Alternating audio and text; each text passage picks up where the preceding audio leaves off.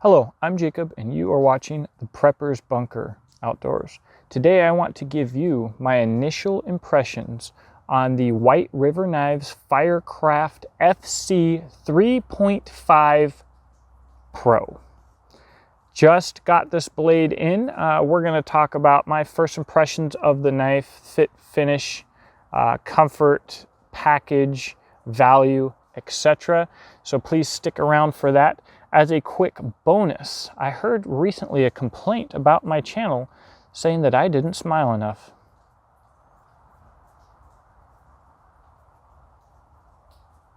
I'm just kidding. Let's take a look at this. We're gonna go from the tip to the pommel, and I'll give you my impressions on this knife. All right, with the blade, it's a 3.5-inch blade, approximately S35 VN. I'll put all the specifications of this knife in the description box below, but basically we have a fairly broad or tall blade, a nice high saber grind. Most important thing is always edge thickness. It's also the most difficult thing to show. Look at the fit and finish on this blade. It's just absolutely beautiful. This may have changed, but as I understand it, White River Knives is the only manufacturing company who has been able to get such a fine level of finish, an almost mirror finish, straight out of their factory process, straight out of their machine.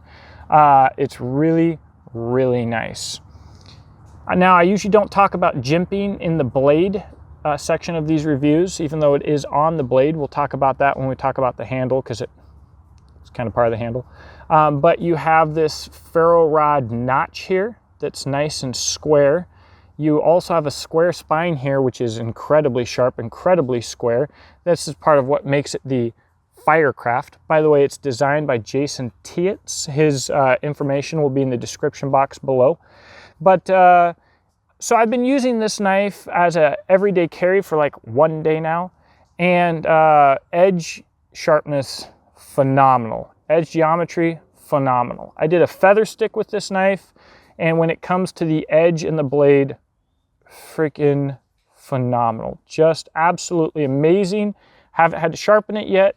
It will be stropped for a long time. I will have had sharpened it, or at least have tried to sharpen it by the time the full review comes around, but I think that that will be quite some time. Talking about the handle now, you have this nice G10. I got a model with OD green scales with orange liners. Basically my favorite color combo ever. The G10 has a nice texture to it. It's very comfortable and grippy in the hand. This isn't a chopper, so you really don't have to worry about a grippy texture handle like this tearing up your hands, because you don't really have a lot of shock and impact and quick movement and stuff like that. So basically, you just get a very secure grip. You have a fairly narrow section here for your index finger, with a very secure blade guard that matches very well with this fine jimping. The fine jimping is very nice. It holds onto your thumb pretty good. Now, I haven't used this for hours. I've used it for a few feather sticks and opening packages and stuff. So far, I've had no issues. I don't expect any issues. Everybody's gonna talk about the ring. As far as I understand from talking to Jason, this is not a tactical ring. This is not a fighting ring, etc., etc. This model is offered with both a paracord handle and with this G10. This ring makes it so that if you have the sheath mounted on your pack or somewhere that's a little bit difficult to grab, you have something to easily grab and yank it out of the sheath. It adds a nice touch to the handle. It kind of secures the knife in your hand, not the ring, but the outer shape of the ring, and it really complements the whole handle ergonomics.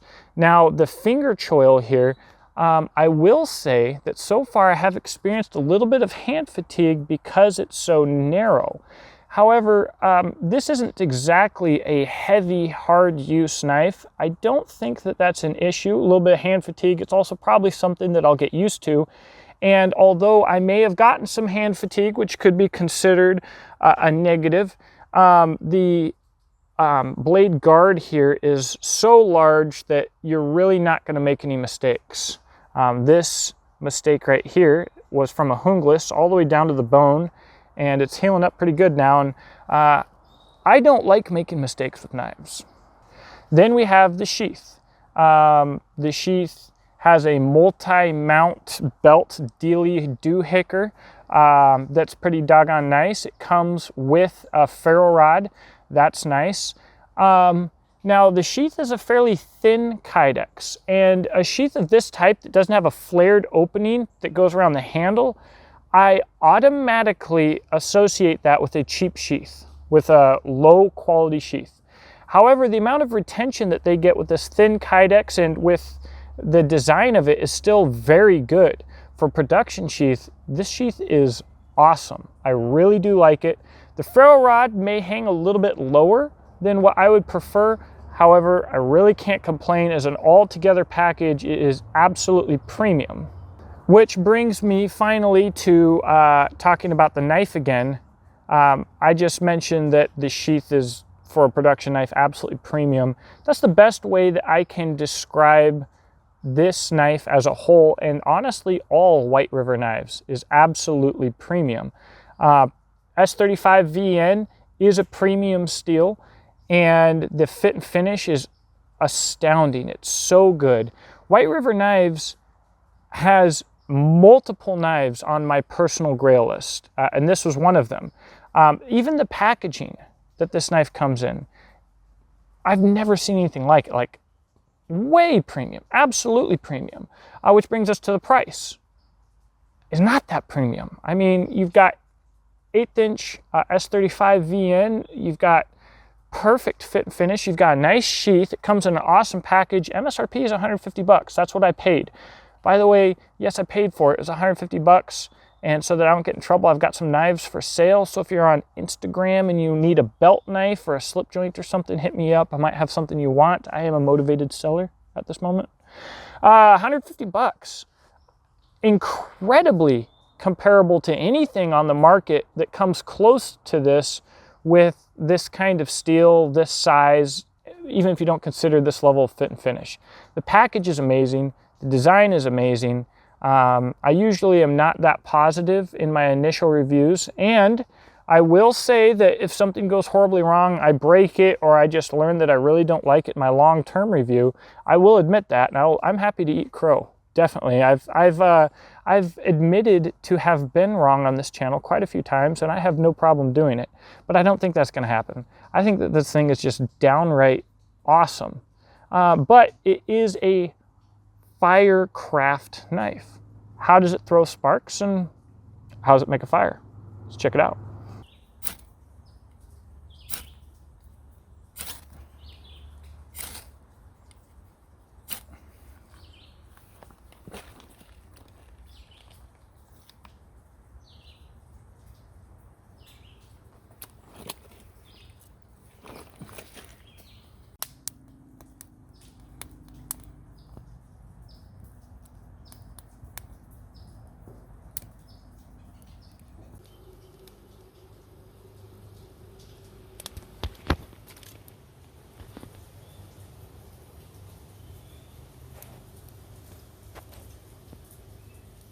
In case what I just did needs any clarification, I have never pulled out a production knife and a production small ferro rod with a tiny little handle and made such good sparks so easily. Normally I like a bigger ferro rod with a big handle, and I like to use a lot of pressure. That was not necessary with how well designed the little Firecraft is and how good that notch fits. I like that the notch is sized for fairly standard sized ferro rods. I do see myself putting my Exotac in with this blade. Winner chicken dinner between this and an Exotac. Whew, it's gonna be, that would be the sickest little belt knife combo ever. So that's what I got, guys. Thank you for watching. Again, the stove that I used is Simple Theory Gear. Make sure to check him out. He'll be in the description box below. The bottle is my Old Faithful Clean Canteen. Thank you for watching. I'll talk to you in the comment section below, and I hope that you have a blessed day.